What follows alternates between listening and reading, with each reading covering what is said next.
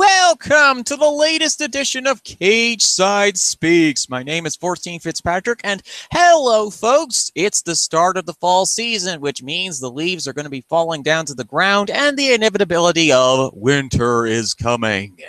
So, before winter comes and blankets everything in about 50 feet of snow, we need to talk about a professional wrestling show that happened at the Staples Center in Los Angeles, California last week. That show was WWE No Mercy, the first of the Raw pay-per-views for the fall season.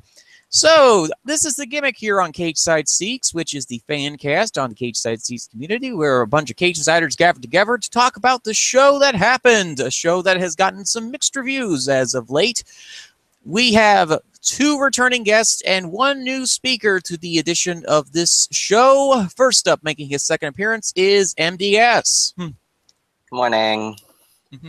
Yes, it's 4:30 in the morning over in where he lives, which is the land of the rising sun as we record this. So thank you so much for joining in once again. You're welcome. Thanks for having me. And making his, I believe it's either his 3rd or 4th appearance on the show, is Haruki. How's it going, Mr. Fitzpatrick? So nice to be back. Yep. It's really nice to have you back on the show with us. And finally, a survivor of the Donner Party of Professional Wrestling and the guy that does the TNA Impact reviews for Cage Side Seats, we have Mr. Kyle Decker here with us. Thanks for having me. I think they're not TNA anymore, but I don't know. Yes, TNA, GFW, Impact, whatever they're called. It's going to be really confusing, but we'll survive. I mean, both he and I are both regular viewers of GFW, TNA, Impact, whatever they're calling this week. I've been a viewer since 2009. How long have you been reviewing TNA, by the way? It's funny. I don't tell me who. I actually started watching when Hogan came aboard. Oh, same time I did. So what was that, was that 2009? Yeah, late 2009, early 2010. That's when I became a viewer, yeah. Yep, so we both have the same I Survived This Programming t-shirts on. So, we're going to talk about No Mercy today. And, folks, we begin with how many of you watched the pre-show? I did. I was making dinner. It was on in the background. Okay, so we'll start off with Haruki, which was the pre-show match, wonderful. Which was not Curtis Axel. Elias' last name was Samson, but now has been removed, versus Apollo Crews. What did you think of the match? I mean, the match was perfectly, fine, I suppose. I don't have too much to say about that. In terms of Elias, he continues to be one of the revelations of WWE in terms of, he's a guy that kind of came aboard with little to no fanfare. When he showed up on the main roster, a lot of people were like, what are they doing with this guy? Why is he the guy that they're bringing up? But by virtue of just kind of cheap heat and that kind of disinterested look that he always has on his face while he quietly sings disparaging things about the city, he's actually kind of gotten over. And so they've kind of put him in a lot of these kind of middle-of-the-road feuds, but he continues to win. So I'm kind of more interested to see just kind of where they go with him from here. It looks like he might have a match or 2 with Titus O'Neil if he finally gets back in the ring, or something along these lines. But I'm kind of interested to see what the end game is for the Drifter right now. Okay, MDS, what are your thoughts on the pre-show match? Basically, it's just a solid show, which showcased a little bit of Elias and a little bit of Apollo Crews.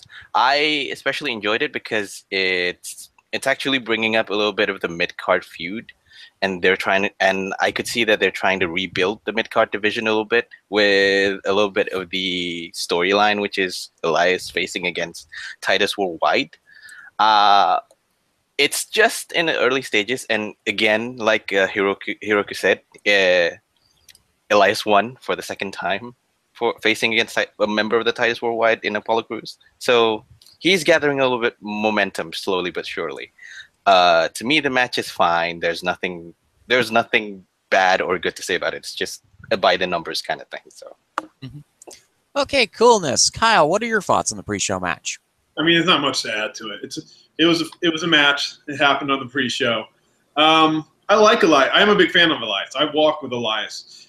Is he undefeated? I believe he is so far. He beat Balor because of Wyatt. Yep. Yeah, I like him. I am a fan of him. I'm a fan of the Titus brand. I'm cool with Titus getting back in the ring. I'm down. I'm fine with it all. Coolness. I missed the pre-show on this particular edition of the show because, again, I'm watching a 3-hour pay-per-view, and the Apollo Crews and Elias didn't really interest me. Although I will say, Elias Samson has always been a guy who I've always been interested in because he didn't really do all that well in Full Sail University down in NXT, but he's been one of the few success stories to bring up to the main roster because of the adaptability of his gimmick. He's basically taken the classic rock singing bad country music and has made it into a gimmick that works for him. And he's managed to get the crowd behind him as a heel. And also that Walk with Elias shirt, that is an amazing, amazing brand of merch from WWE Shop, where for once, people aren't complaining about the stuff on the back because it actually looks like a concert t-shirt. So it makes sense to have stuff on the back this time. Yeah, one thing I'll say on the topic of Elias, too, is that you have to give the guy a lot of credit because, first of all, he's gotten himself in fantastic shape. You know, he looks like an Adonis out there. And on top of that, too, you know, the main shtick or the main knock on him at Full Sail was that, you know, this guy doesn't have charisma. He doesn't really have anything that's necessarily interesting about him. But he's kind of turned that into a strength, right? He's kind of turned that into, I'm just going to come out here. I'm going to look really bored, and I'm going to say bad things about your city, and I just don't care at all, right? I stop myself from swearing right there. But, so, you know, I think you have to give him a lot of credit, and he's found an environment where he can flourish, and so I kind of hope that they continue to run with this, and they can really kind of do something cool with it.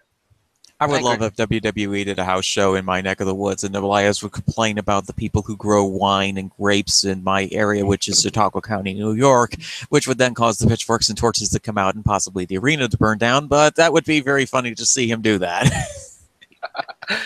It could happen. Yeah. It could happen. Well, so on to the main show, folks. We have ourselves about 7 matches, which is a bit unusually small for a WWE pay-per-view to have. And we start off with a match that kind of sort of was in the middle of for most people. It was The Miz versus Jason Jordan with The Miztourage. And Kyle, you get to go first on this one. What were your thoughts on this match? Well, I thought the match itself was pretty good.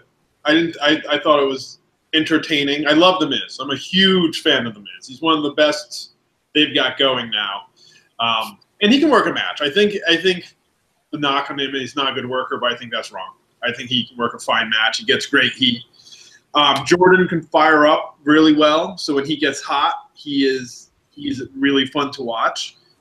I don't know about him in general, just like where they're going with him. And that's maybe not as much. It kind of translated into the match because this crowd liked The Miz more. And you don't see that too often. You see The Miz is one guy who can get booed anywhere because he's so damn good at being a heel. But they did not like Jason Jordan. And I don't know if that's intentional, especially with that weird post-match promo, if the plan is to turn him heel and turn him heel soon. And if that's the case, I'll forgive that a little more. Otherwise, they're going to have some problems with Jason Jordan.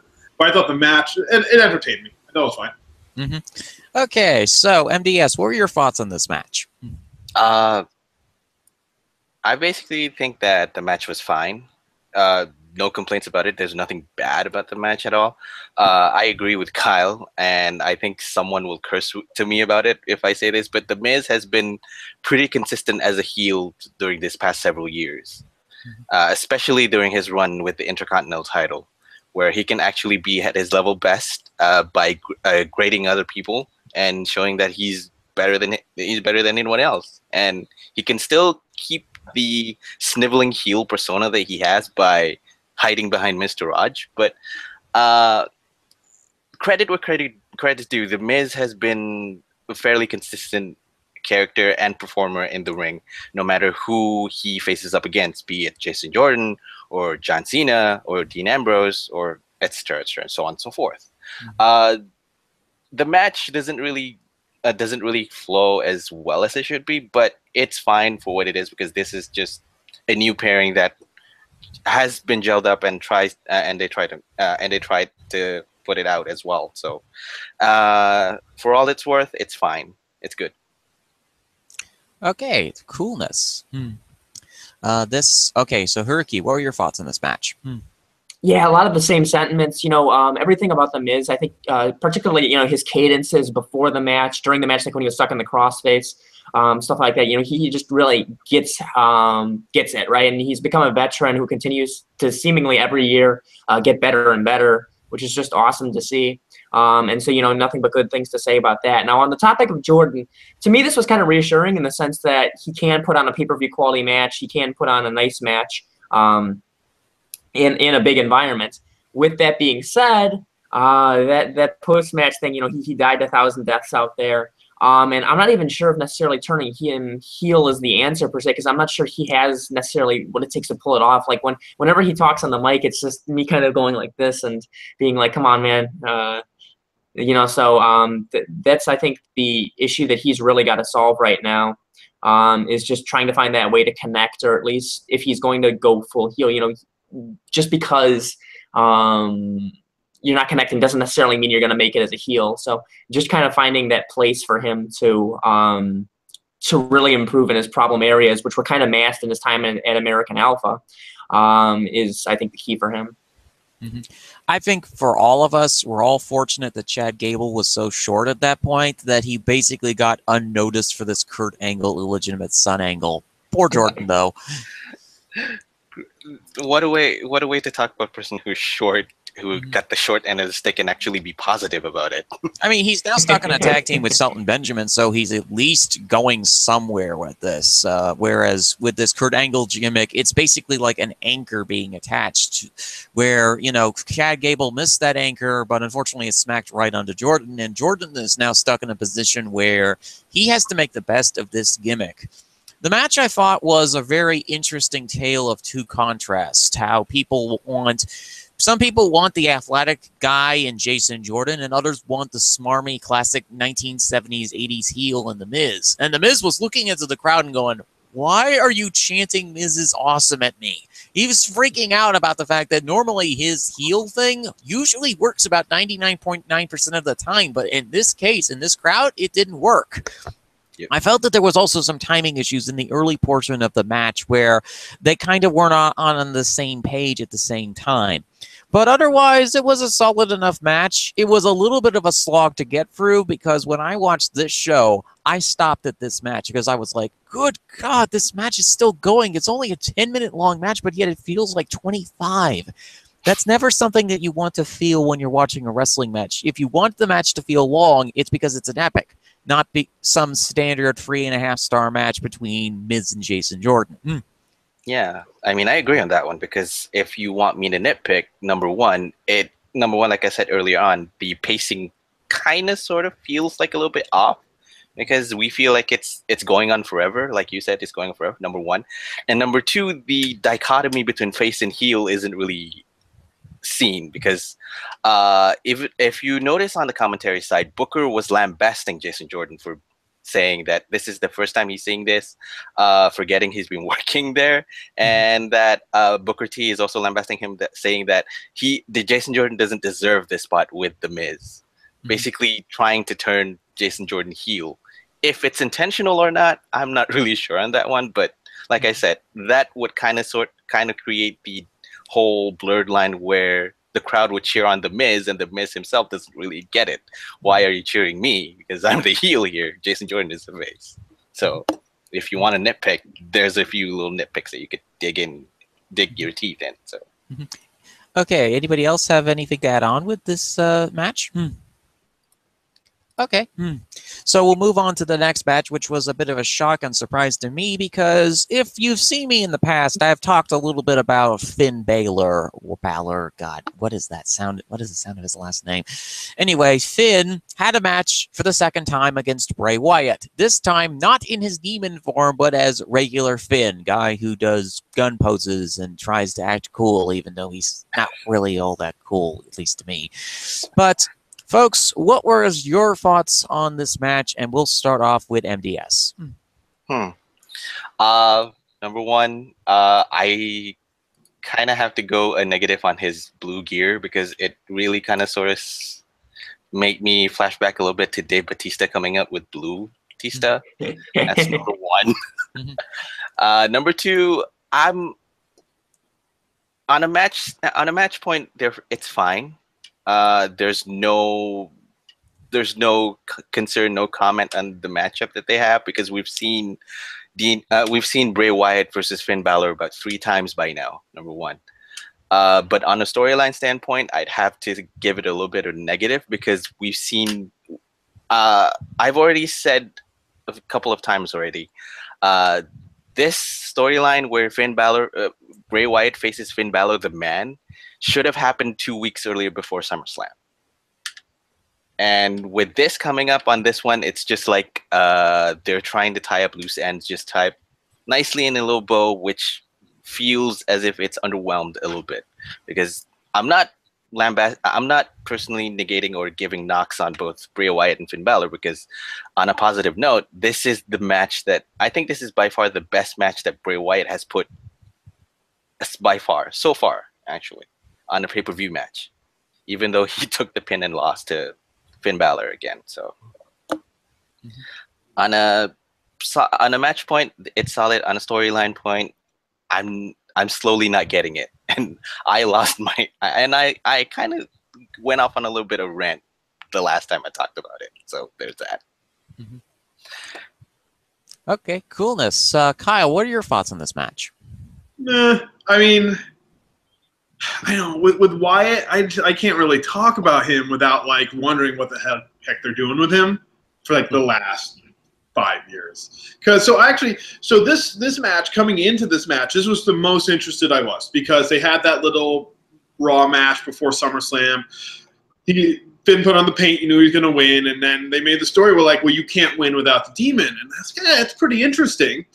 And the story they told in that was fairly interesting. Wyatt does his pre-match attack that is bad enough, even though it's normally not bad enough, to get Balor walked out, and then he taunts him, and he makes Balor kind of almost like if they're trying to merge the Demon and the Man. By the way, aside, a man versus man match is the dumbest thing I've ever heard. All right. Yeah, every match is a man versus man match unless there's a woman in it. But but yeah, the match itself, I mean, so I think he was trying to be more aggressive, but Gino said it before. The problem with the Demon character is the Demon character wrestles like Finn Balor. So there never was anything to merge except he's not wearing paint. So it's like the story, it was a little more interesting than usual, but it's the same story in the end. Wyatt takes yet another loss. I don't remember the last time he's walked out of a feud with a win. So I guess I should back up, because I don't think this is over. If you watch Raw, it looks like they're still doing this. So I don't even think this is wrapped up yet. So it was fine, but I found myself struggling to care about a Wyatt match, knowing the end game is always going to be Wyatt loses another feud and they build him back up to lose yet another feud.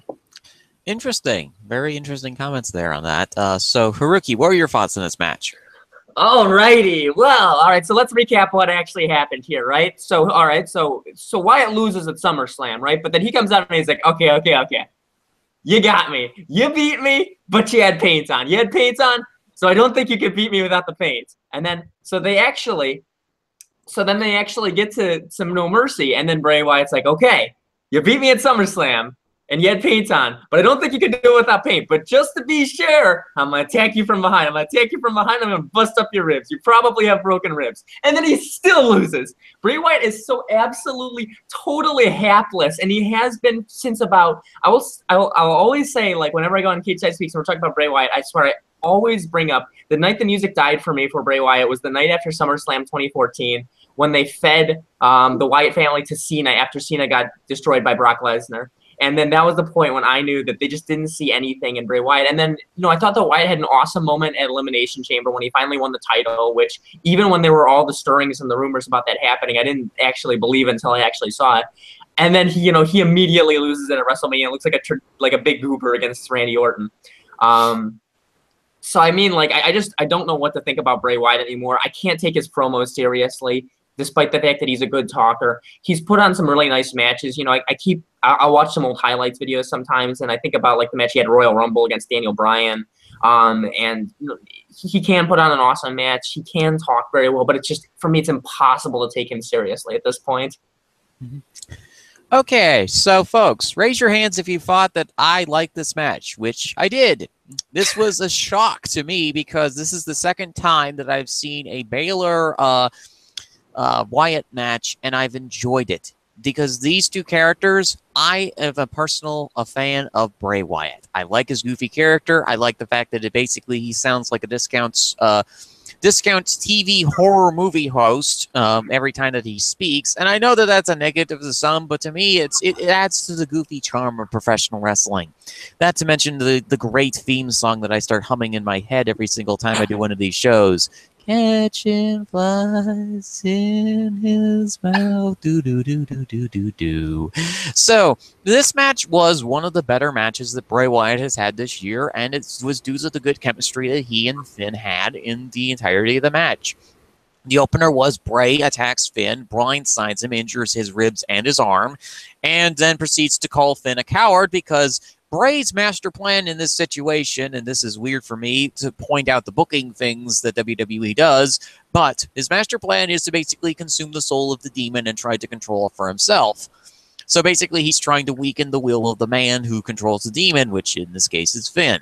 So, unfortunately for him, he finds out that Finn's willpower is too strong, and Bray loses once again. Now, the feud obviously isn't over because, again, Bray is a very persistent individual. He's a very persistent hillbilly magical wizard of demons and doom. So he's going to try and consume the soul of Finn Balor. Finn will probably win once again, and then, unfortunately, he will be sacrificed to the mountain known as Brock Lesnar. Which, okay, we'll have to look forward to that match eventually, which is probably going to happen at some point. But regardless, this was a very solid match, and this is when the show really started to pick up. True. I mean, like I said, it's not really the fact that Finn Balor and Bray Wyatt cannot pull off a good match because they already did for 3 times already. It's just that at this time, I am simply not invested in the storyline anymore. Mm-hmm. And considering the fact that what happened on Raw is kind of like a vague hint at the feud not really ended, or just that some people are saying that this is where Bray Wyatt is actually acknowledging Finn Balor in a sense. Mm-hmm. If they're going to keep on continuing feeding us Finn Balor versus Bray Wyatt, there's got to be a better storyline rather than the past where he's trying to, like you said, try and swallow the Demon King and make the powers of his own. So. Mm-hmm. Because that has been his modus operandi since he appeared on the main roster, is to try and consume the souls of every demonic character that the WWE has. Undertaker, Kane, and now Finn, because he's the one remaining demon on the roster left. So it's an understandable meta storyline, but it's a storyline that doesn't really connect because they haven't really acknowledged it lately.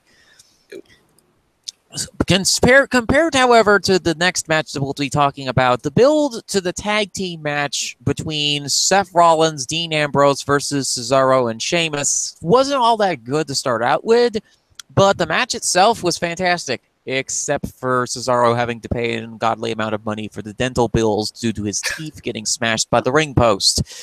That's why there's the subtitle. Is there a dentist in the house, people? Because I think he might need some dental work done. So we'll start off with Kyle on this one. What were your thoughts on this match? So I agree with you. The build has been the build since they won the title. So I guess the story since they won the titles has really been non-existent. They just feud back and forth matches between singles guys. But the match is always great.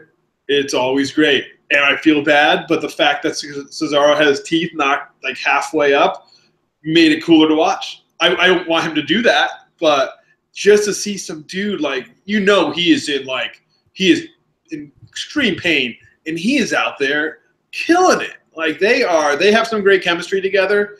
I hope they somehow, the problem is when you're not in the title picture, the tag title picture on Raw, or I guess on SmackDown, you're kind of in limbo.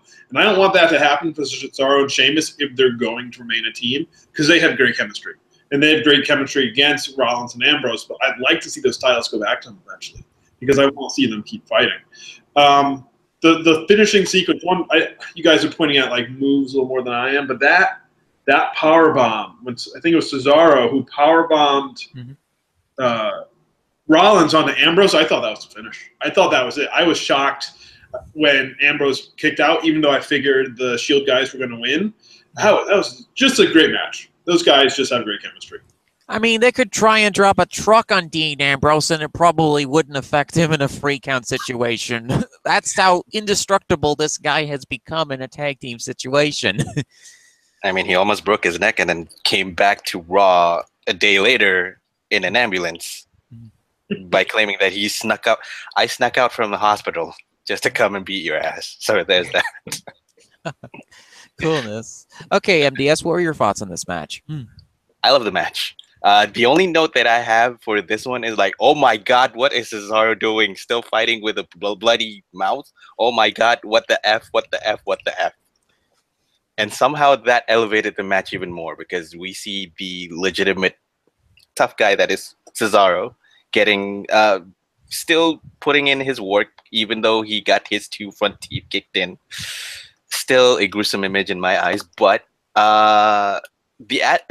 we have unintentional color in the match for that matter, and I think that elevated the match even more. And I agree, these two have excellent chemistry, both Rollins, Ambrose, and Sheamus and Cesaro. These two teams have great chemistry. The only part that I'm scared about is that while Cesaro is going to try and recuperate, who else is going to be who else is there for Rollins and Ambrose to fight against to consolidate their tag team titles? Because I have to say that the tag team division in Raw is kind of like dead in the water.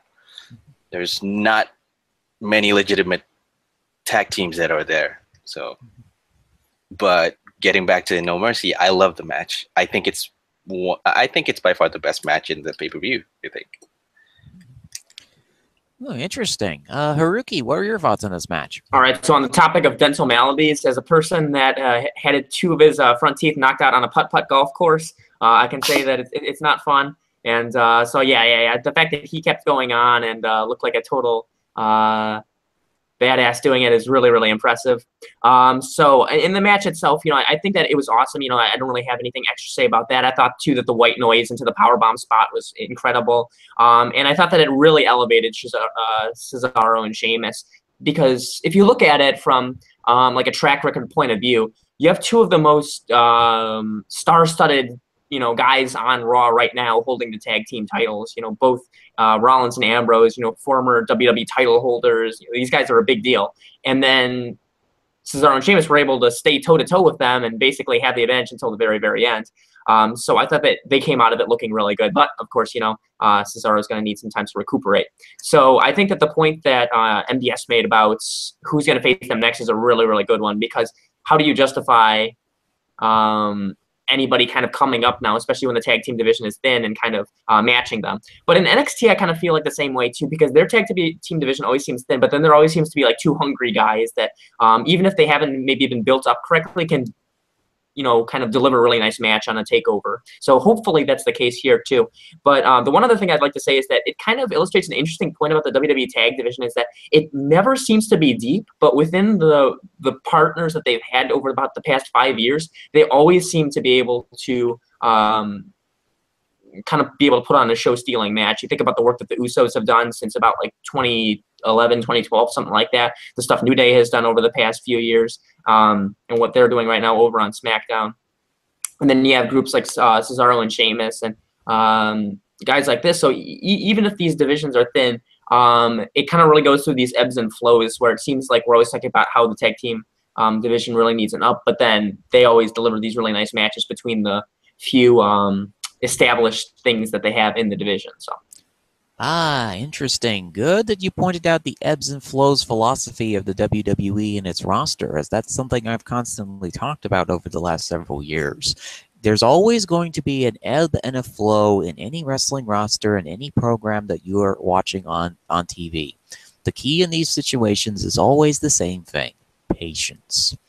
The tag division will eventually become good again. It's already good at this point with the few teams that they have on the Raw side and a Hell in a Cell match for the Usos and the New Day on the SmackDown side of things. As far as the match goes, The match is a really good illustration of showcasing a couple of individuals that are necessarily good tag team performers. For Dean Ambrose, this cuts out some of his Dean Ambrose-related antics. For Seth Rollins, this also cuts out some of his related antics. For Cesaro, he's good on his own as a singles competitor, but unfortunately he needs somebody to assist him with the microphone. With Sheamus, it's the same thing. He's getting older, and he's a guy that, you know, you want to put in a tag team division because he's still a solid performer and a former world champion as well, along with Ambrose and Rollins. I feel as though with this match, it's a perfect illustration of how good these two tag teams are. The Bar tried to exploit the weaknesses of Ambrose and Rollins not being a team together for a while, but Ambrose and Rollins managed to capitalize on a few mistakes that Cesaro and Sheamus made, and managed to capitalize the win. Also, like I said before, they're going to need to dump a truck on Dean Ambrose if they want to secure the pinfall on the guy. What's next for the Raw Tag Division? Well, they could always give a call down to NXT and call up Mr. Ellering and his murder monsters to destroy Ambrose and Rollins, but I'm not even sure that those two are capable of destroying these two. I mean, Rollins is already a Kingslayer. Dean Ambrose has already survived a lot of things. I mean, you can just add him to 5 things that's going to survive a nuclear holocaust. Cockroaches, Twinkies, JFW, AAA, and Dean Ambrose, basically. So. Oh man, if we weren't allowed to see that, but Dean Ambrose hanging out with the cockroaches, that'd make for good TV. Fallout 5, starring Dean Ambrose. I'll buy the game for that matter. So this was a solid tag team match, and also props to the WWE medical staff for taking care of the Cesaro situation when the injury happened. Everybody was cool, calm, and collected throughout the entirety of the situation. Cesaro realized he had an injury. Of course, because he's Swiss and German, he has a very high tolerance for pain. And he realizes he has the injury. The referee sees it. Rollins sees it. Rollins is, for once, safe with his moves, even though he did an enziguri and a high kick spot near Cesaro's face. And Cesaro calmly rolls out of the ring. Sheamus tags himself in. And Cesaro goes over to the side where the timekeeper's area is and gets checked out by the doctor. Then the referee also applies a pair of gloves on in case the injury gets worse. And Cesaro's back in the match, no problems. So, really good props for the WWE medical staff for doing that, and props to Cesaro and Sheamus for working through the injury along with Ambrose and Rollins, making sure to be safe around Cesaro and his, well, busted-up teeth. So that was a wonderful match. When's Scott Dawson due back? Because that's going to be your Raw tag division in the future. Yep. Is he in December? Is December the initial estimate? Quite so, I think, if the estimation of it is correct, and whether the rumors are true or not, or substantiated or not. I think it's December. You never know; things change. But I would expect if they're going to come back in the next few months, they might be the ones to take the titles off Rollins and Ambrose. Cesaro and Sheamus, or the Revival? The Revival. Okay, the Revival, yeah, it's 2 months left for Dawson's injury. Dash is fine. He's basically losing on main event all the time, which is fine for a tag team competitor to do so. So, yeah, the Revival, you possibly have the AOP coming up pretty soon, and you have Cesaro and Sheamus for however long they last, as well as Slater and Rhino. Oh, yeah. And don't forget the Hardys, even though the Hardys have already lost Jeff Hardy out to injury, for that matter. And the Good Brothers, even though the Good Brothers has been wasted, as far as I'm concerned. Well, we'll have to see where the tag division goes from here. Next up on the list of matches is the Fatal 5-Way Destroy All Monsters match for the Raw Women's Championship. We have Alexa Bliss, Sasha Banks, Bayley, Nia Jax, and Emma all in a match, and they all want to destroy each other for the shiny thing. Alexa Bliss, once again, in the context of a monster Alexa Bliss versus the world, she won out on this match. So, next up, she looks like she's facing a feud for Mickie James, and then there's TLC. TLC, where Triple H has unleashed his monster of the NXT Women's Division upon the main roster women for Raw. That would be Asuka, ladies and gentlemen. Yay. Yes, the terror that is Asuka, and her 510-day reign as NXT Women's Champion is coming to Raw at TLC. They're making a really big deal out of this particular debut. So, first thoughts on the match. Haruki, what were your thoughts on it? I liked it. I thought it was a really nice match. I feel like it maybe could have used a couple extra minutes, given that it only went about 10 and you had 5 people involved. They had maybe like a couple other, couple more minutes, give competitors a little bit more of time for a couple more high spots. I think this could have been, a really great match. But I liked it. I thought it was nicely done. I thought that the powerbomb spot to the outside was awesome. I kind of like the whole dynamic that they did with the Nia Jax thing and quickly finding out how do we neutralize her. But she still came out of it looking pretty darn good. The double Samoan drop thing I thought was awesome. So yeah, I thought that it was a really nice match. I also like the idea of Alexa kind of being the opportunist that kind of capitalized on at just the right time to hit the DDT and win. I don't have too much to add besides that. Okay, MDS, what are your thoughts on this match?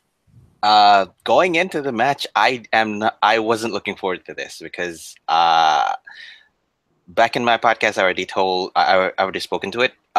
It's the addition of a Fatal 4-Way was fine with me because they're gonna have to create a story based on how Alexa Bliss is gonna face against both Nia Jax and Sasha Banks. The inclusion of Emma is just to make Emma a little bit strong, but then they included Bayley in that matter, and I just lost my mind on that one because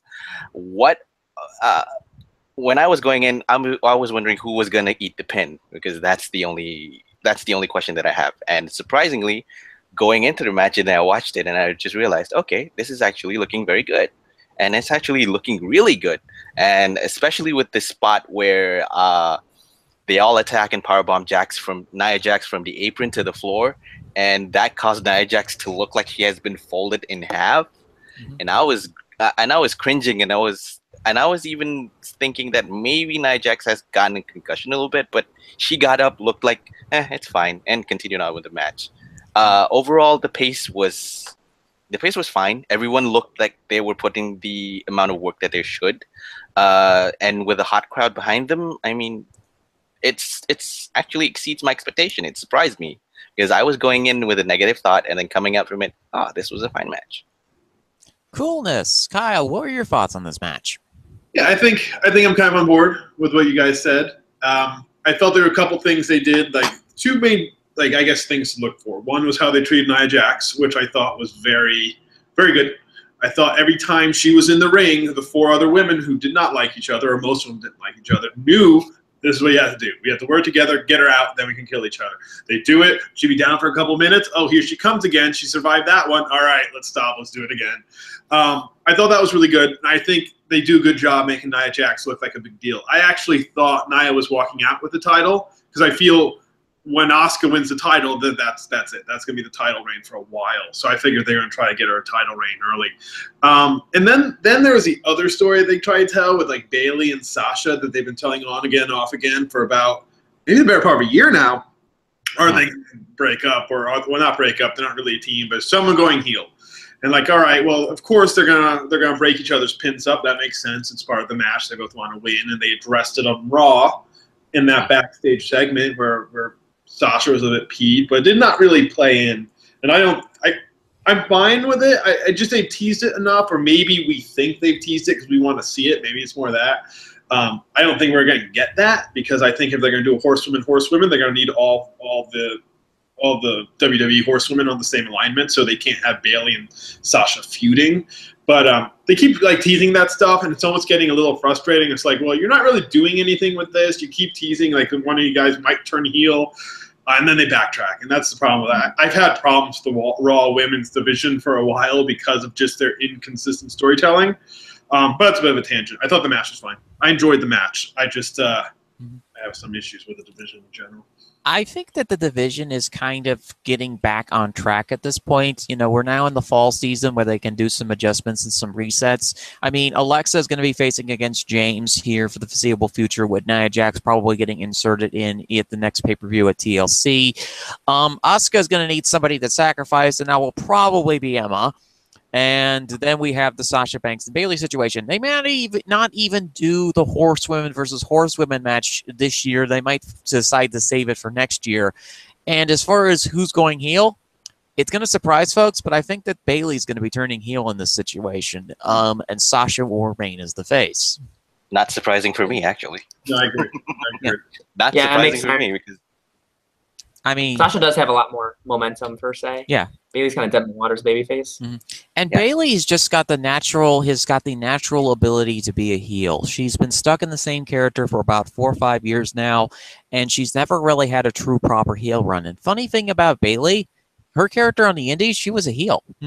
She was a heel wrestler, and she's been a face for a while now, and I think that she's getting bored with the character, and that it's time for a change. And Bailey destroying Sasha will be will be like the scene in The Lion King where Scar throws Mustafa off the ledge of the cliff and says, "Long live the king." Well, Bailey gets to do that moment and says, "Long live the Queen of Wrestling."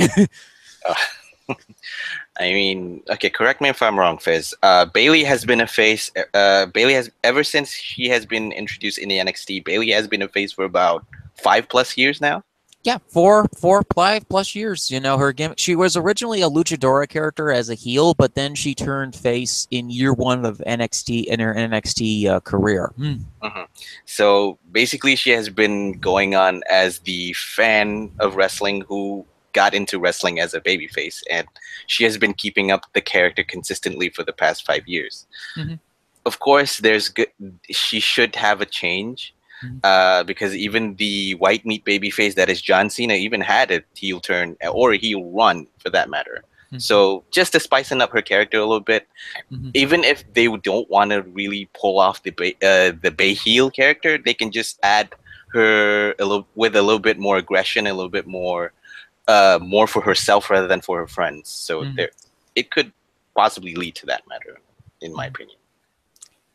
Yeah, and also, if anyone's ever seen any pictures or stills of Bailey looking angry, dear Jesus, she is scary. This is the perfect kind of individual who can make this heel gimmick work. And she knows so much more about professional wrestling. And a lot of the times when she does the fangirl thing, it's a lot about heel wrestlers. I mean, she and Charlotte became friends because Charlotte is Flair. And, I'm like, gee, this is a perfect character to do a heel gimmick for. Just her turning, going back to those old school philosophies of just destroying everybody.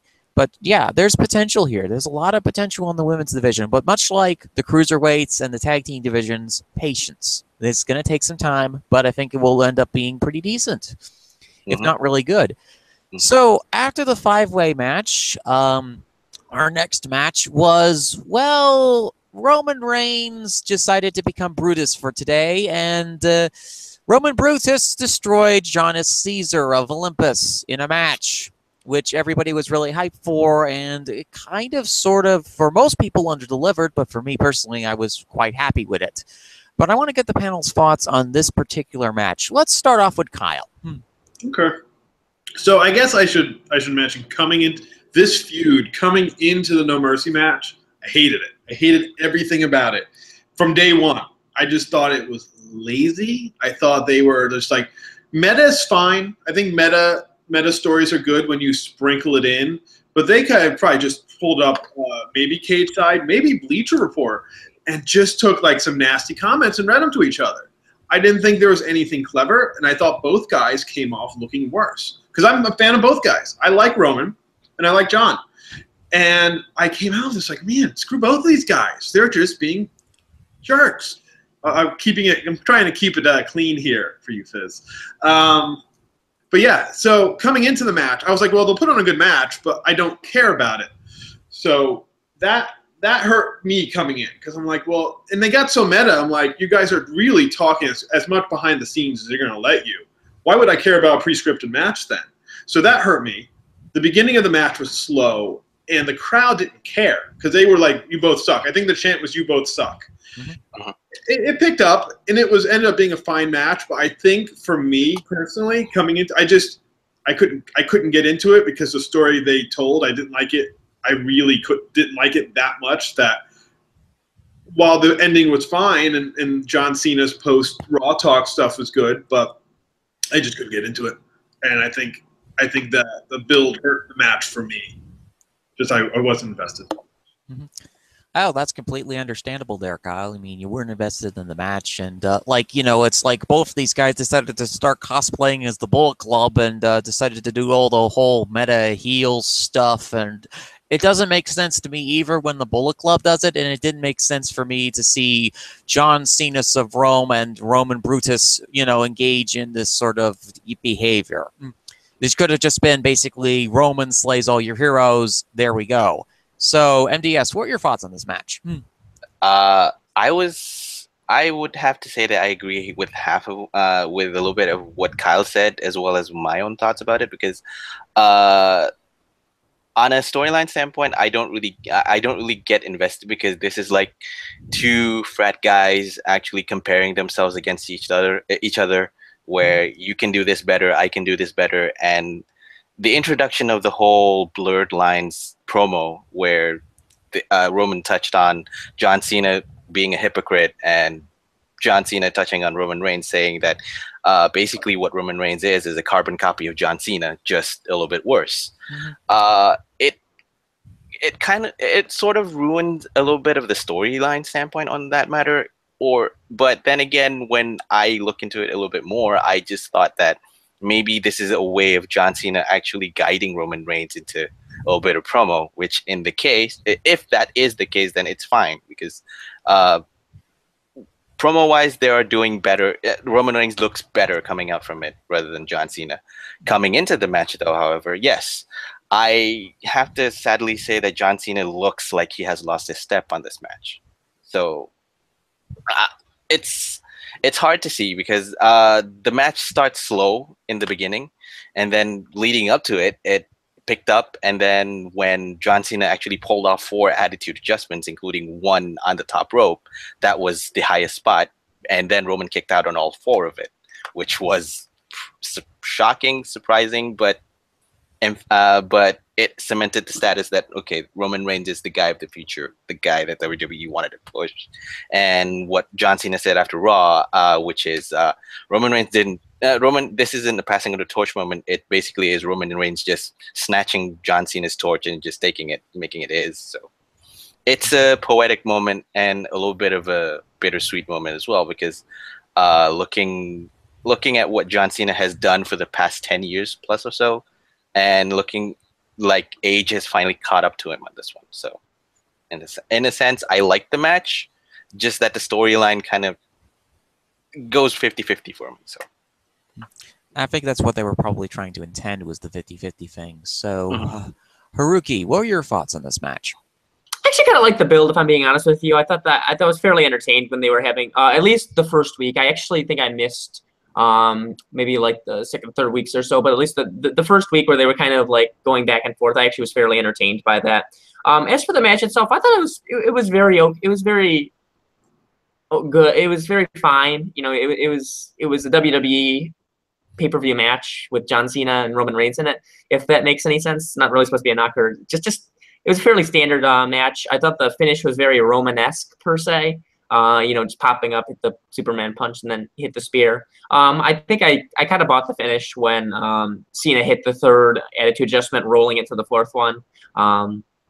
But yeah, I thought it was a fairly standard thing. I think the one thing that really kind of struck me and was a little bit jarring actually is that for me, ever since I've started watching WWE full time, and this was only in like 2013, something like this, the whole embodiment of WWE has always been screw John Cena. But finally, we got a night last night. You know, it was always about John Cena beating Damian Sandow with like a broken arm and a tweaked knee to stop Money in the Bank, or it was John Cena basically 1-on-3 dominating the Wyatt family after he lost to Brock Lesnar.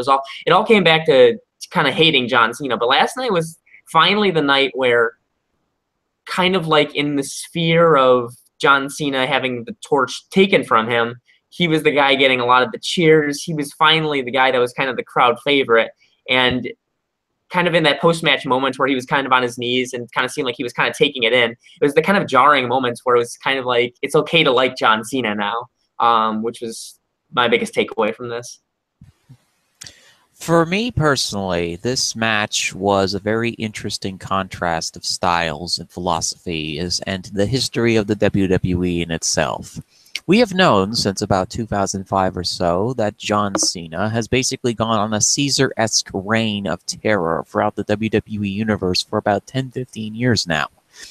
We know that John Cena has been one of the most dominant champions of that particular era, and they've had to keep him on different brands to keep him from overshadowing other wrestlers that they've wanted to develop, like Batista or CM Punk or others. In this particular instance, this match was not a passing of the torch. This was Roman Reigns becoming Brutus and stabbing Jonas Caesar in the heart with a dagger. In this case, the dagger was a spear after hitting him with a Superman punch. Roman Reigns smiled throughout the first half of this match, surveying his prey and wanting to destroy it. Roman Reigns has destroyed all of your heroes, folks. He just took the bazooka to The Undertaker, quite literally and figuratively, and destroyed his evil presence from the ring after a 30-year reign of terror, sacrifices, and dumping people in body bags. He destroyed every single obstacle that has come against him. And eventually, it looks like he wants to conquer the beast known as Brock Lesnar. This is the storyline that they are trying to set up for WrestleMania. They are trying to set up Roman Reigns versus Brock Lesnar. But in the meantime, Roman is going to destroy all your heroes and villains first before he gains the access to the shiny thing known as the WWE World Heavyweight Championship, or Universal Championship in this case, although I call it the Beef Jerky Championship of Champions because it looks like a piece of beef jerky sponsored by Jack Links and Jimmy John's.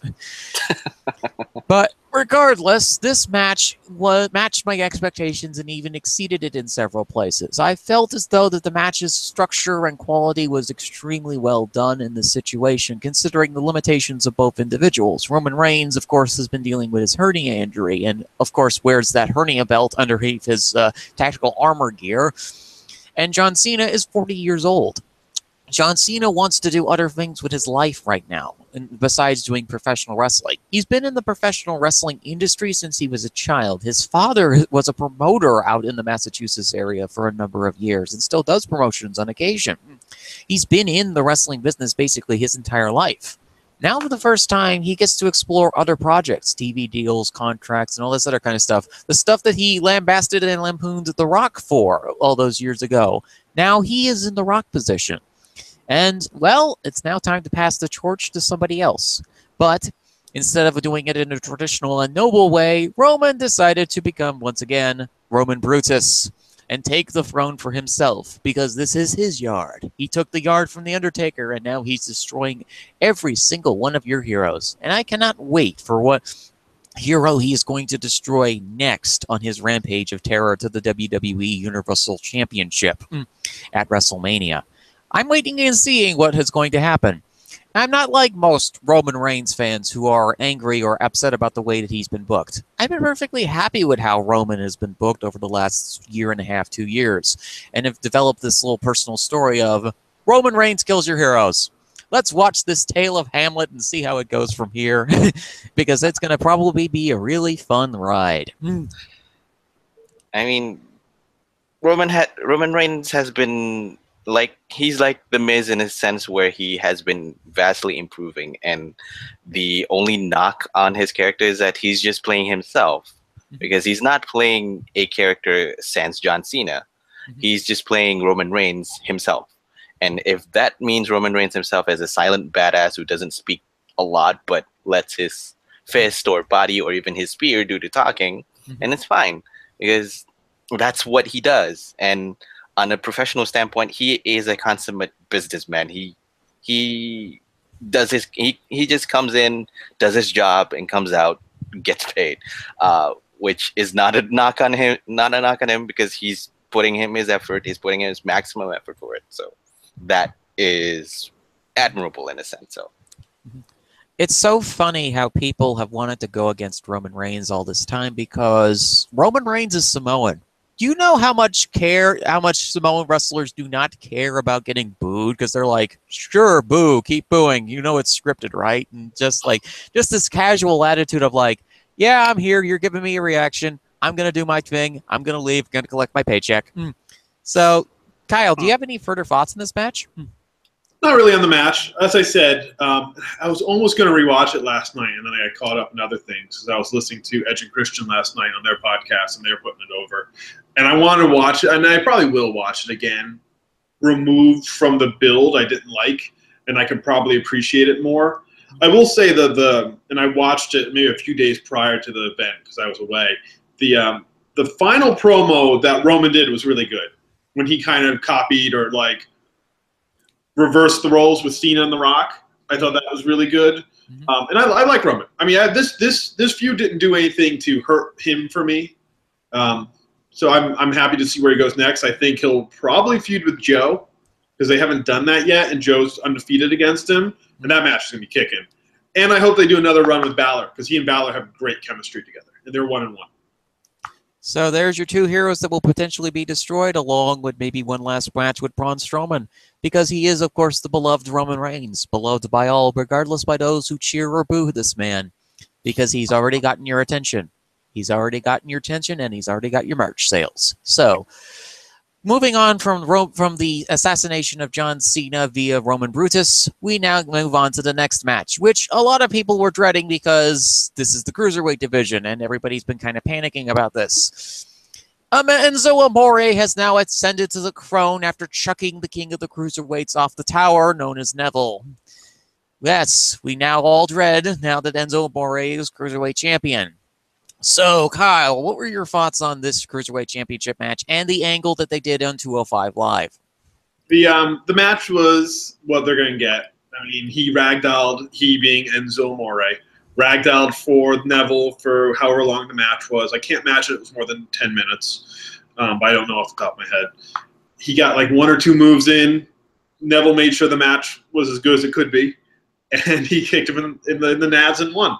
I like the angle. I liked it since I liked Enzo going to the Cruiserweight division because they immediately didn't pretend he was any good at wrestling, because that's the knock on him. They're working in the heat that I know I was talking to Sean about that. Sean wonders if some of that heat is even made up to kind of feed into this character, because they turned him heel. If not on Monday, then on Tuesday when he attacked Neville with his crutch, which is a heel move in the general, carrying out a crutch after taking a beatdown.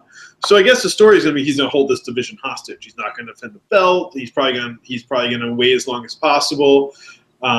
It should be entertaining enough. I'm just curious who's going to take it from him. I don't think it's going to be Neville, because I guess the idea is who's even allowed to. They have to work that in, because he had that no touching clause, that non-contact clause that he forced Kurt Angle to give him by annoying him to death. Yep. So I'm into it. I'm cool. I thought the match was not that good because it wasn't supposed to be good. That's, I think, part of the whole point is Enzo's not going to put on a good match. So he's not only going to hold the belt hostage, he's going to hold the match quality hostage along with it. So I'm curious to see where it goes. Yeah, I'm really curious as well to see how this goes. So, MDS, what are your thoughts on this match?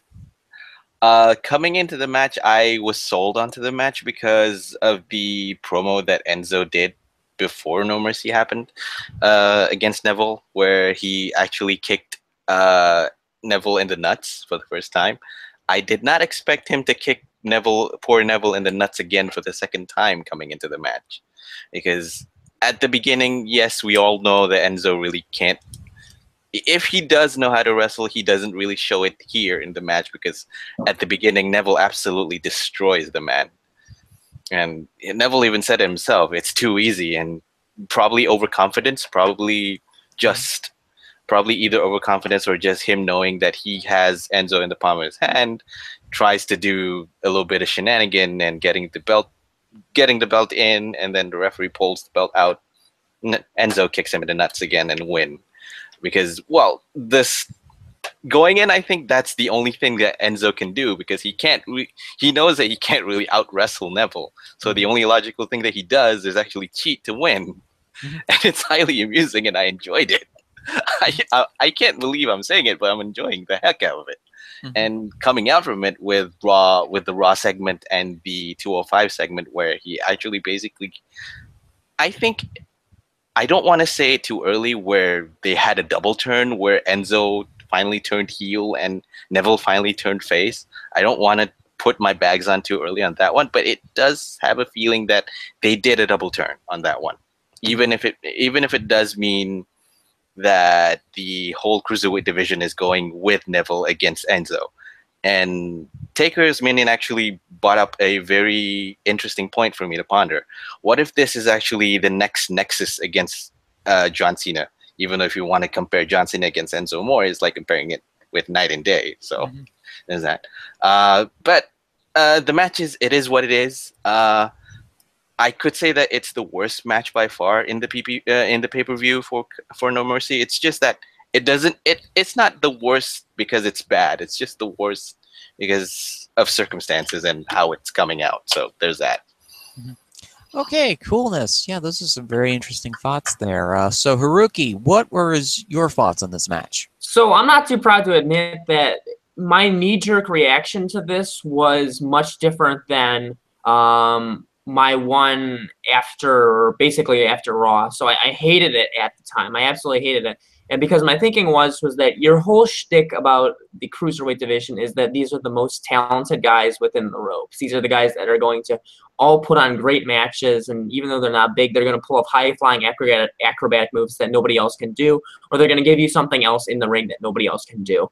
But that people aren't engaged because they've given them no time on the flagship show. You know, they've given them 205 Live, but you can't give them a show that nobody cares about and expect them to care all of a sudden. And they've given them no time on the flagship show, Raw, you know, besides throwaway tags and singles matches with no context, to actually get people engaged in the cruiserweight product. So I didn't like it at the time because I thought that it was just a cheap cop-out because you have a guy that's under 205 pounds that people are talking about, and you're just going to throw the title on him because people are talking about him. But lo and behold, next night on Raw, that's kind of the whole point, right? Because you have this insufferable jerk in Enzo Amore who might know that he's not good enough to actually hold the title, but he's holding it anyway, and he's better than you because he can get people to actually care. And oh my goodness, the promo that he cut, he's such a natural heel. And then the subsequent beatdown that happened was one of the most satisfying ones that I think I've seen in a long time. The promo after that, really, really good stuff. So all in all, I think that it is generally, I think, headed in the right direction. I don't know who Enzo is going to feud with. And then they have Kim maybe aligning with Dabari. But all in all, I think it's pretty good. One other point that I'd like to bring up, though, is that a common thread that we've been talking about throughout this whole pay-per-view is people turning heel and naturally turning heel. You know, we're talking about does Jason Jordan have to turn heel? Or are they going to turn Bayley? Are they going to turn Sasha? They just turned Enzo. Who are the likable people on Raw right now? It just seems like nobody's really flourishing as a babyface. Roman Reigns straight up said that he's not a good guy. So I'm just a little bit at a loss of who's really the guys that we're necessarily supposed to be cheering. And if there's enough guys that naturally kind of function as good guys that need to be cheered, especially in the modern day and age when you have a lot of these proverbial smart crowds that are going to really cheer guys like The Miz that are just because they're really good performers and because they're really good at what they do. I mean, my philosophy when it comes to being at, for example, an independent wrestling show is if you're a heel, I'm going to boo you. If you're a face, I'm going to cheer you.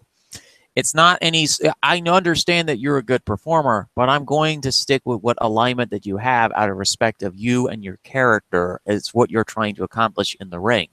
It's basically like if you're at a stage play and you start cheering the villain for slaying the hero, that's kind of sending a wrong message, and the actor will look over you and say, "What are you doing?" So that's the same thing in professional wrestling. I saw that expression when The Miz was getting cheered. He's like, "What is everybody doing? Why are they cheering me?" I'm like, I'm supposed to be the most devious, evil heel in the world. I mean, regardless of what has happened recently in Miz's life, congratulations, by the way, of the child that's expecting Miz and Maurice. But, you know, regardless of all that, you're still the heel in this situation, and I'm going to boo you accordingly. Of course, it's because I'm in the comforts of my own home. I don't really necessarily care about the reactions that are at the arena because I've never gone to a WWE live event before. I've never gone to a WWE pay-per-view show, and they're running them up in Buffalo. So for me, it's different because I can just react to the crowd, much like, you know, I can just mute the volume on the TV if I think that the crowd is acting too obnoxious. Or in the case of the commentary team, I can just switch to a different audio channel. Throughout the entirety of No Mercy, by the way, folks, just a note, I watched this pay-per-view with the Japanese audio team.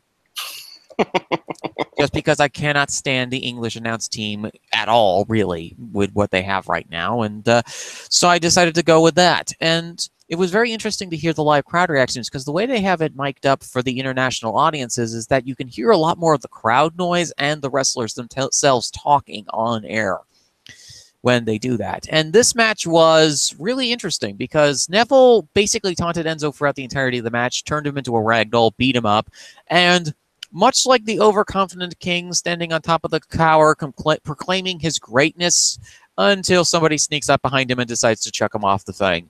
And that person was Enzo Amore, who, after being beaten down and beaten down and beaten down, he gets back up and thinks of this devious plan to distract the referee with the Cruiserweight Championship and proceeds to kick Neville in the gonads. And Neville falls over, and Neville loses. Neville, you probably should have bought a cup, in all honesty, if you're facing Enzo Amore again. And then Enzo is now basically taken and put the Cruiserweight division on hostage right now. So now all the Cruiserweights, face and heel, now have to band together to try and get rid of the menace from Jersey known as Enzo Amore. That will be a very interesting story. And we also have to think about the story of, is Braun Strowman going to invade the Cruiserweight division and destroy everyone? He seems to be pretty content with just destroying Enzo Amore right now, so that's a positive. Well, the other positive I can tell is that we have Pouty Neville, who just lost his shiny. He's lost his precious, actually. So. Yep. Yes, Golem has lost his precious, and so the question remains, is he going to stay in the Cruiserweight division, or is he going to move up to the Heavyweight division? Judging by the storyline that they're going to run, I think Neville is going to stay in the 205 division just to torment Enzo Amore, because he's already out from the title contention, considering that he violated the no contact clause that Enzo had. So there's that. But I love to see what a vengeful Neville would do to Enzo Amore when he doesn't care about the title anymore. When he doesn't care about his precious, what would he do now? And I like this story of the reformed king of the Cruiserweights, the guy who was so mad about the fact that he was out injured and nobody was talking about him, suddenly realizing, good God, I have been so horrible for the last year and a half or so, and realizing his mistakes and his errors because he sees the monster. He sees a reflection of himself in Enzo Amore. So that's a very interesting story and dynamic that they can go with moving forward. So that's the Cruiserweight division. Karuki, Kyle, do you have any more thoughts on it? I don't. I'm good. I don't think so.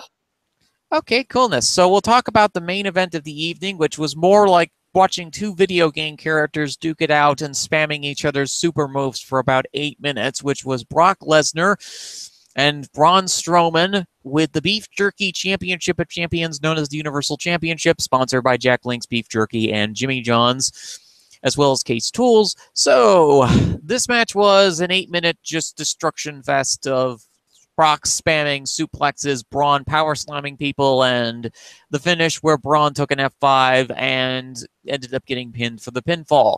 Brock was exhausted for about 5 minutes of this match. Same thing with Braun, because again, he's trying to lift a 385-pound man on his shoulders for suplexes. So naturally, he's going to tire out after a little bit. So, Kyle, what were your thoughts on this match?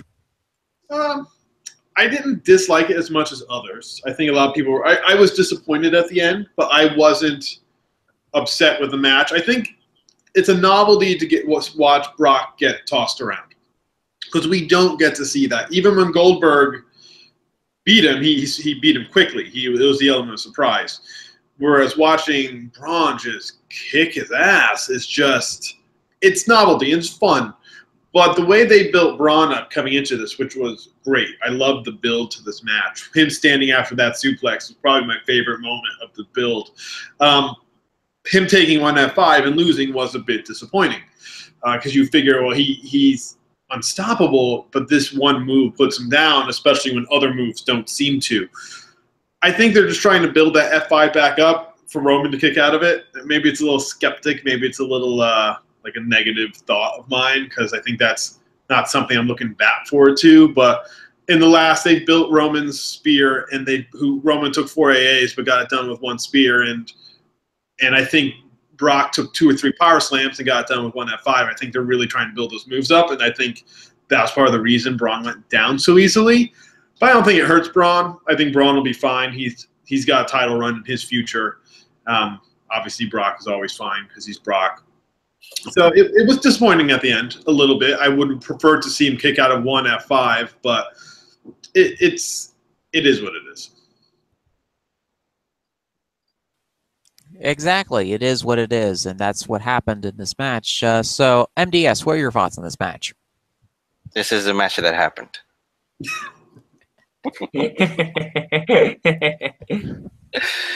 I mean, and I'm not actually hating the match as much as I should have, because it like Kyle said, it actually felt lackluster and a little bit disappointing for that matter. But I stand by the word that this is a match that happened, and it disappointed me with the fact that WWE Creative has been building Braun Strowman to be this unstoppable monster of a man, and he even actually manhandled Brock Lesnar on 2 counts. One being him actually knocking out Brock Lesnar for the Fatal 5-Way, and showing up before No Mercy's promo, actually flattening Brock Lesnar for that matter. And yet, coming in, Brock Lesnar sold a lot of Braun Strowman's offense early, with Braun Strowman getting his licks in, but then again coming back at the tail end of the assault, and at the match altogether, rallies back, hits one F5, and then just wins the match.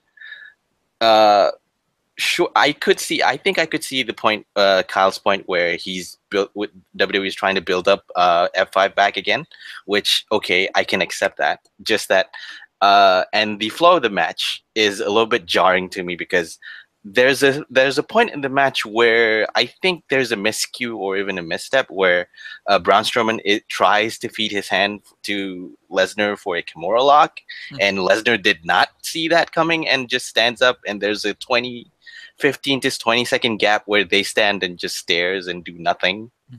It kind of took me out from the match a little bit, and it left me feeling a little bit jarred for that matter. Obviously not a bad match at all, because I already said that Enzo and Neville's match took that spot, not for the worst of the reasons. It's just that I wanted better, and this is what I get. That's it. Interesting. So Haruki, what are your thoughts on this match? I mean, it was. I thought that was a little boring. I thought the first opening moments where you had like the suplex into Braun immediately popping up, hitting the choke slam, and then hitting this power slam was pretty cool. After that, it like really kind of slowed down, and the parts actually where okay, let me backtrack a little bit. So I was actually kind of thinking about why I didn't like this match. And I was trying to kind of pinpoint it, because I typically do like Brock Lesnar matches. I typically do like Braun Strowman matches. And I think that typically with a Brock Lesnar match, there's a certain novelty with it. There's a certain uniqueness about it because of the way that Brock acts, the way that the pacing goes, just something about it, right? But it kind of goes out the window when he's the underdog. So I actually didn't like that Brock Lesnar wasn't the conqueror, wasn't the dominant one in this particular situation.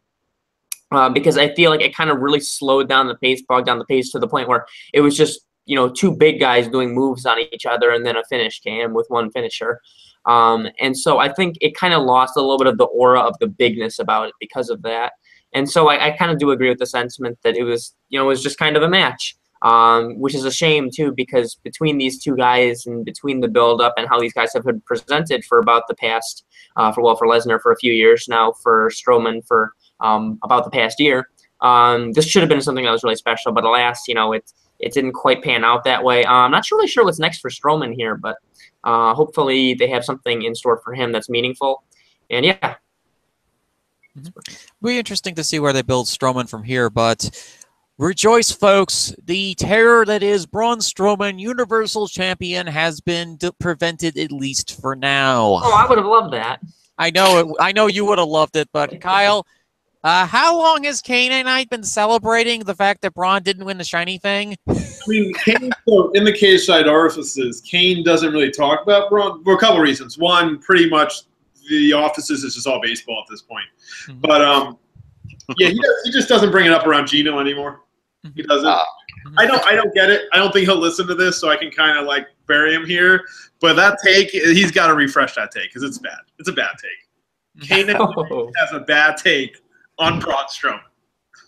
Oh, this is going to be so awkward when Kane does listen to this show, because he and I are both in agreement on the whole Braun Strowman situation. I like Braun Strowman, but he does the most cartoonish bumping I've ever seen at anybody. It's like watching a Looney Tunes character crash for a wall at 50,000 times. It's fun, it's enjoyable, but it gets kind of boring after the 60,000th time. I felt as though that Braun Strowman in a singles match with Brock Lesnar, I was like, oh no, this guy has only been in singles matches with really good performers like Roman Reigns, and Brock Lesnar, much like John Cena, has lost a step or 5 and is basically just spamming suplexes through the entirety of his match. Now, to mention the Kimura mess up, I think both performers, by the time that segment happened, which was about the 5-6 minute into the match, they were both exhausted and they both just simply forgot their timing cues. And also, it didn't help that Strowman was blocking the view of the referee, so the referee had to bounce around and try and get around Braun Strowman in the corner and tap on Brock's shoulder and say, kindly release the hold here, because Braun just did a rope break. And Braun's confused as to why Brock keeps holding onto the arm, because Brock is tired at that point and he doesn't really know where he is at that time. Because I think that there may have been almost an accidental botch when Braun did one of his slam moves and Brock almost landed on his neck. So there were a couple of noticeable botches in the early portion of the match where just things didn't just seem to gel together correctly. So it may have been a spam fest of a match, but I felt as though that there wasn't a consistency there. They weren't gelling in this particular match, where Braun gelled with Roman Reigns perfectly fine. But because of the fact that they were in a fatal 4-way match with Brock Lesnar in it, that masked a lot of the issues. And you notice that they didn't really do a lot of spots with Strowman and Lesnar in them, because as we remember from the Royal Rumble a few years ago, Brock got potatoed by Braun Strowman during that match, where Braun sandbagged him several times because he was inexperienced back then. Braun definitely has been the fastest grower of wrestlers, of the styles and whatnot, since, he got onto Raw and has really taken advantage of the fact that he is big monster and he will destroy all in his path. But I know that there was a lot of hype saying, oh, Braun should be Universal Champion. Not yet. I think next year, definitely put the belt on Braun at some point. Maybe have him beat Roman Reigns for it, so that the terror of Roman Reigns Universal Champion can be a short one, to at least alleviate the concerns of some people who don't really like Roman Reigns. But the match itself, it was a spam fest. It was an okay match. I didn't have very high expectations for it, and I can celebrate that the Braun apocalypse has been prevented. Thank Lord. I mean, going in, it's not really that we're disappointed that the match was supposed to be this, because we expected a little bit more of the unstoppable monster facing off against the immovable foe. Instead, we got this part where we see somehow a man like Lesnar, who's right now, correct me if I'm wrong, he's already going through his 40s, for one, and he's already looking like he's lost his step. And that led me to an excellent article where they were saying that watching Brock Lesnar's matches has turned to be a chore, because it turned into a little bit of a chore, because by masking Lesnar's ability by just throwing suplexes, 15 suplexes, 6 suplexes, 3 suplexes, they are masking his they're masking his loss of physical ability in the ring, and that also got me a little bit into a jarring situation where I watched the match with Braun Strowman. So there's that. Well, both John Cena and Brock Lesnar are at 40, and both of them are declining in ring skills, obviously. And it's a situation where it's unfortunate to see, but we now know that Brock Lesnar will be holding the belt at least maybe until WrestleMania 34, to the eventual crowning of Roman Reigns, to the sea of thousands of cheers. I mean, boos. But regardless of what happens, that's WrestleMania 34. That's a long ways away. Anything can happen in between now and then, so things might end up goofy and strange, and somebody else might be getting the belt off of Brock Lesnar at some point. regardless of injury or demonics or somebody accidentally unleashing a bunch of demons in the middle of the ring, which could happen because this is WWE after all.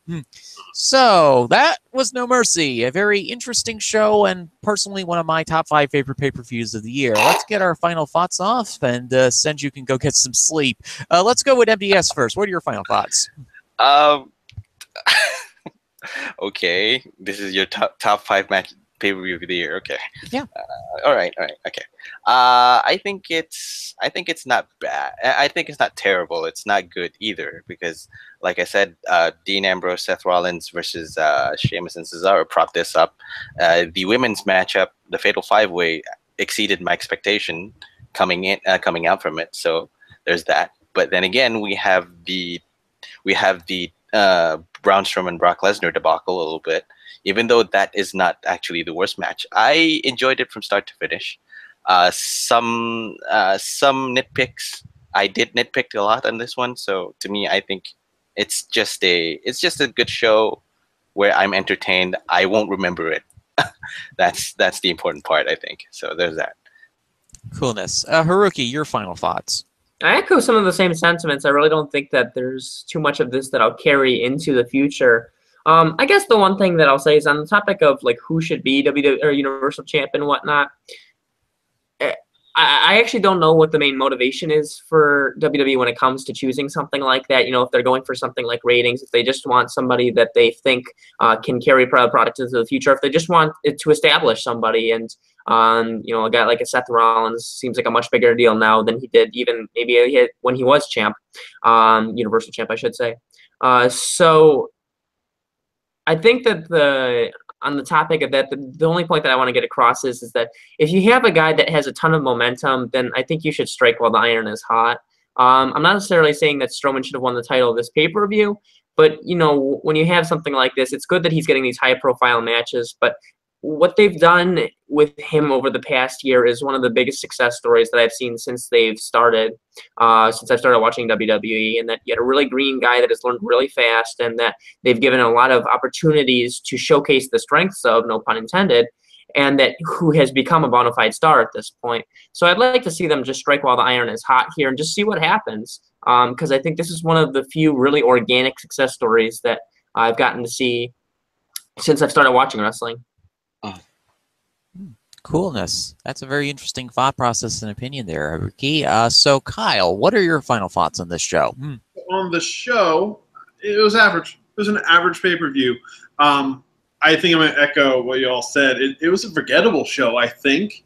And that's not a problem, except for the fact they built this as like 2 WrestleMania-worthy matches. And so those 2 WrestleMania-worthy matches, I probably were let down with both of them a little bit. And the matches I'm going to remember is when Cesaro got his teeth knocked out. So I think the show's going to be forgettable, which is a bit upsetting, but it happens. It's technically a B pay-per-view. As for what you all saying about the title, Haruki was saying about the title with the I think we all talked about they're going to lead to, we think they're leading to Roman and Brock at Mania, and that's kind of the word between all the sheets, if you will. And that's not disappointing. I think that's a fine match. I just hate knowing the plan this far in advance and seeing that show again. Like we did that. We did that a couple years ago, and eventually they're going to do it again. But already knowing where they're going to end up instead of having a little surprise behind it, unless they're going to swerve us, that's probably the most disappointing part about running that match again, is that it is September and we're already talking about, well, it's going to be Roman and Brock again, so Brock's going to beat this guy, he's going to beat this guy, and then he's going to go to Mania, and Roman's going to win, and he's going to go to Mania. It's that kind of takes some fun out of it for me. Mm-hmm. Although, to be fair, the Mania this year is going to be in New Orleans, so some mystical voodoo might happen between now and then, so... Yeah. So Vince's plan, Satan's plans may be messed up yet again by weird things happening. 30 was an awesome show. Yeah. I mean, I think the theme for No Mercy, I think Hiroki has spoken about it at length, and I think you, Fizz, has spoken it out at length. We need this show is a lot about being patient, and also a lot about being just taking your time and see what develops and all that, and as well as questionable decisions that who is the heel, who is the face in this division, who is supposed to be carried. There's a lot of thinking process that need to be that need to be planned out. And to me, I think it's interesting carrying this out going forward, because it gives us a little bit of food for thought as to how they're going to start booking the whole WWE division as a whole. Because like you said, we're already going in the tail end of the year where we're expecting people to be getting their resets, getting their restarts back again. So there's that. Mm-hmm. This show to me was the top 5 pay-per-view of the year because I have a personal enjoyment of WWE's big shows where there's not a lot of pressure on the line, where they're just a show to go through the month, just to continue with some angles and some ideas going forward. I always have enjoyed the WWE pay-per-views that are the B shows more than the A shows because, again, there's not a lot of pressure to these shows. It's just basically there's going to be maybe 1 or 2 marquee matches that will sell the show, and then there might be some good wrestling in between. For the B shows, you never know what to expect, and occasionally there's a bad one here and there, but they're usually very infrequent. Last time I think there was one was Roadblock last year with the disasters of the matches that happened then. But this show, to me, matched my expectations or exceeded my expectations. Because, once again, I have to remind folks, I have relatively low expectations when it comes to professional wrestling events.